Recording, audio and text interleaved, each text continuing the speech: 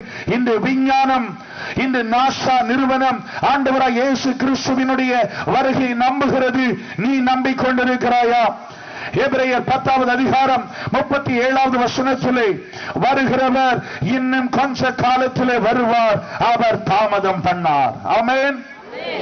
நிறைய நேரங்கள்ல சில கிறிஸ்தவர்கள், முதிர்ச்சி அடைந்த கிறிஸ்தவர்கள் அல்லது வாலிபர்கிட்ட பேசும்போது இதத்தான் பைபிள் எழுதுனதிலிருந்தே என்ன செய்யறாங்க, சொல்லிக்கிட்டே இருக்காங்களா, வருவாரு வருவார். என்னைக்கையா அவர் வர போறார்? அவருக்கு வேற வேலை இல்லையா?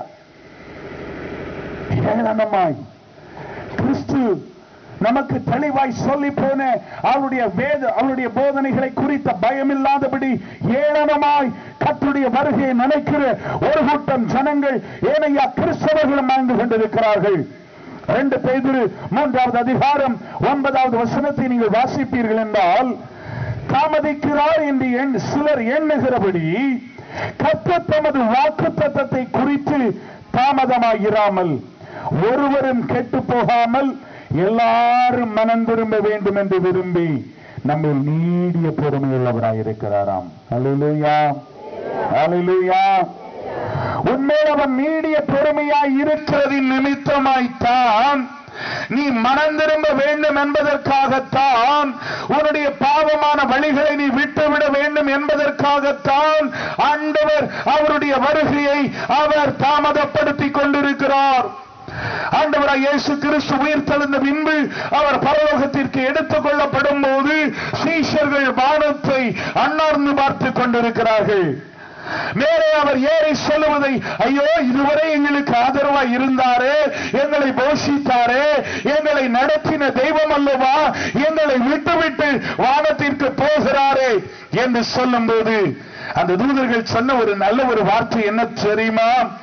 எப்படி எழுந்தருளின போனாரோ அப்படியே மறுபடியும் வருவார். எத்தனை பேர் விசுவாசிக்கிறீங்க?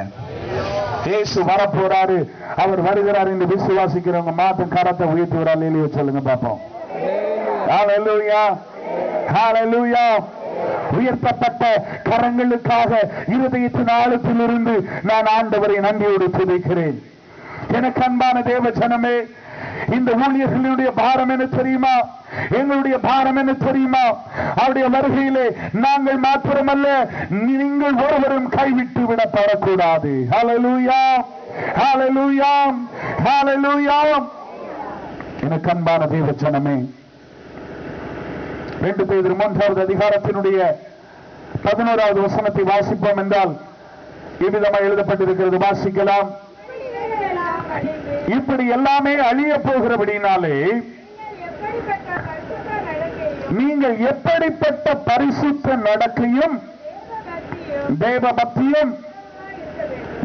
பக்தியுள்ளவர்களாய் இருக்க வேண்டும். அல்லேலூயா, ஹல்லேலூயா. இயேசு வரப்போகிறபடினாலே இந்த உலகத்திலே நாம் பார்க்கிறவைகள் யாவும் அவைகள் அழிக்கப்பட போகிறபடினாலே நாம் எப்படிப்பட்ட பரிசுத்த நடக்கையும் தேவ பக்தி உள்ளவர்களாக நாம் வாழ வேண்டும் என்று வேதம் சொல்லுகிறது. அநேகர் நினைக்கிற காரியம் என்ன தெரியுமா? இன்னும் கொஞ்ச நாள் உலகத்தை அனுபவிக்கட்டும், இன்னும் கொஞ்ச நாள் மனம் போல வாழட்டும். சிலரை பார்த்தா சொல்லுவாங்க, ரட்சிக்கப்படுங்க. இல்ல, நான் ரட்சிக்கப்பட்டா சினிமா பார்க்க முடியாது. ரட்சிக்கப்பட்டா என்ன செய்ய முடியாது? சினிமா பார்க்க முடியாது. அதனால இன்னும் கொஞ்ச நாள் கழிச்சு என்ன செய்யறேன்? ரட்சிக்கப்படுறேன். வாலிப சகோதரனே, நீ ஆண்டவருக்கு வாழ்க்கையை ஒப்பு கொடு. இல்ல, நான் கொஞ்ச நாள் என்ன செய்யணும்? பாவம் செய்யணும். இன்னும் கொஞ்ச நாள் மனம் போல வாழணும். எனக்கு அன்பான தேவனுடைய பிள்ளையை, இந்த ராத்திரி வேளையிலே இயேசு வருவார் என்றால் நீ எடுத்துக் கொள்ளப்படுவாயா? அதற்கு நீ ஆயத்தமுள்ளவனாய் காணப்படுகிறாயா? வேதம் சொல்லுகிறது, அவர் வருகிற நாளையும் நாளிகையும் பிதாவாகிய தேவனை தவிர வேறொருவனும் அறியான், பரலோகத்தில் உள்ள தூதர்களும் அதை அறிய மாட்டார்கள். ஹல்லேலூயா. யாராவது சொன்னாங்கன்னா நம்பிடக்கூடாது. ஆமென். நான் ஆண்டவருக்கு ரொம்ப ஸ்பெஷலான ஊழியக்காரனாகும். இனியெல்லாம் அப்படி எல்லாம் கேட்க போறீங்க. கொஞ்ச நாள் கேட்டுட்டு தான் இருக்கும். இனியும் அப்படி சொல்லுவாங்க. ஆண்டவர் சரியாய் இந்த குறிப்பிட்ட நாள் என்ன செய்ய போறாரு? வரப்போற. எனக்கு ஸ்பெஷலா என்ன செய்தாரு? வெளிப்படுத்தினார். எங்க? கெத்செமனே தோட்டத்துல ஜெபம் பண்ணும்போது எனக்கு என்ன செய்தாரு? நிறைய பேருக்கு அங்கதான் வெளிப்பாடு வருது. ஏமாந்துராதீங்க. ஹல்லேலூயா, ஹல்லேலூயா.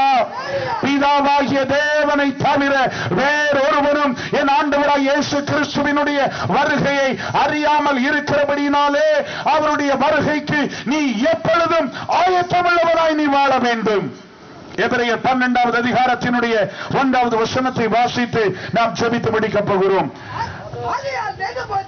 ஆதலால் மேகம் போன்று இத்தனை திரளான சாட்சிகள் நம்மை சூழ்ந்து கொண்டிருக்க பாரமான யாவற்றையும் நம்மை சுற்றி நெருங்கி நிற்கிற பாவத்தையும் தள்ளிவிட்டு விசுவாசத்தை துவக்குகிறவரும் முடிக்கிறவருமாயிருக்கிற இயேசுவை நோக்கி, இயேசுவை நோக்கி, ஹல்லேலூயா சொல்லுவோமா? இயேசுவை நோக்கி, சத்தமா இயேசுவை நோக்கி, இயேசுவினுடைய வருகையை நோக்கி, இயேசுவை மாத்திரம் பார்த்து பொறுமையாய் ஓட கடவோம், பொறுமையாய் ஓட கடவோம். ஏனையா அந்த வாலிபர்களுக்கு இந்த கிராமத்தை குறித்து இத்தனை ஒரு வைராக்கியம், ஒரு வாஞ்சை, ஏன் இத்தனை பாரம்? ஜனம் ஆசீர்வதிக்கப்பட வேண்டும் என்பதற்காய் மாத்திரமல்ல, ஜனத்தினுடைய வாழ்க்கையில இருக்கிற கட்டுகள் மாற வேண்டும் என்பதற்காய் மாத்திரமல்ல, குடும்பங்களிலே அவ்வப்போது வருகிற மரணங்கள், மரணத்தினுடைய தூதன் அழிக்கப்பட வேண்டும் என்பதற்காய் மாத்திரமல்ல, தேவ ஜனமாகிய நீயும் நானும் என் ஆண்டவராய் இயேசு கிறிஸ்துவினுடைய அந்த ரகசிய வருகையிலே நீ எடுத்துக் கொள்ளப்பட வேண்டும் என்பதற்காய். ஹல்லேலூயா, ஹல்லேலூயா. நீ ஆயத்தமாய் இருக்கிறாயா? வாழ்க்கை இயேசுவுக்கு ஒப்பு கொடுத்துட்டியா? ரட்சிப்பின் நிச்சயம் எனக்கு உண்டா? பாவ மன்னிப்பின் நிச்சயம் உண்டா? இயேசு பாவங்கள் எல்லாவற்றையும் மன்னித்து விட்டார், விலையேறப்பட்ட இரத்தத்தினாலே கழுவப்பட்டு விட்டாய் என்கிற அன்பும் எனக்கு உண்டா? அன்று இந்த மணவாளன் வந்தபோது 5 பேர் எரிகிற தீவட்டிகளோடு மணவாளனுக்கு எதிர்கொண்டு சென்றார்கள். 5 பேருடைய தீவட்டிகளிலே எண்ணெய் இல்லாதபடியினாலே விளக்குகள் அணைந்து போய் மணவாளனை காண முடியாத ஒரு நிலைமைக்கு கடந்து சென்றார்கள். உனக்குள்ளாய் அந்த எண்ணெயாகி அபிஷேகம் உண்டா? கர்த்தருக்கு பயப்படுகிற ஒரு பயம் உண்டா? ஒரு பரிசுத்த ஒரு வாழ்க்கை உண்டா? ஆண்டவரை குறித்து, ஆண்டவருடைய ஆலயத்தை குறித்த ஒரு வைராக்கியம் உண்டா? உன் தேவனாகிய கர்த்தரிடத்திலே உன் முழு இருதயத்தோடும், உன் முழு ஆத்மாவோடும், உன் முழு பலத்தோடும் நீ அன்பு கூறுவாயாக என்று வேதம் சொல்லுகிறது. உண்மையாய் இயேசுவினிடத்திலே அன்பு கூறுவோம் என்றால், உண்மையாய் அவருடைய வார்த்தையின்படி வாழ்க்கை அமைத்துக் கொள்வோம் என்றால், அவருடைய வருகையிலே நாம் நிச்சயமாய் சேர்க்கப்படுவோம். அல்லேலூயா, ஹல்லேலூயா. தேவ சன்னிதானத்திலே நாம் எழுந்து நிற்போமா? எல்லாரும் பயபக்தியோடு கூட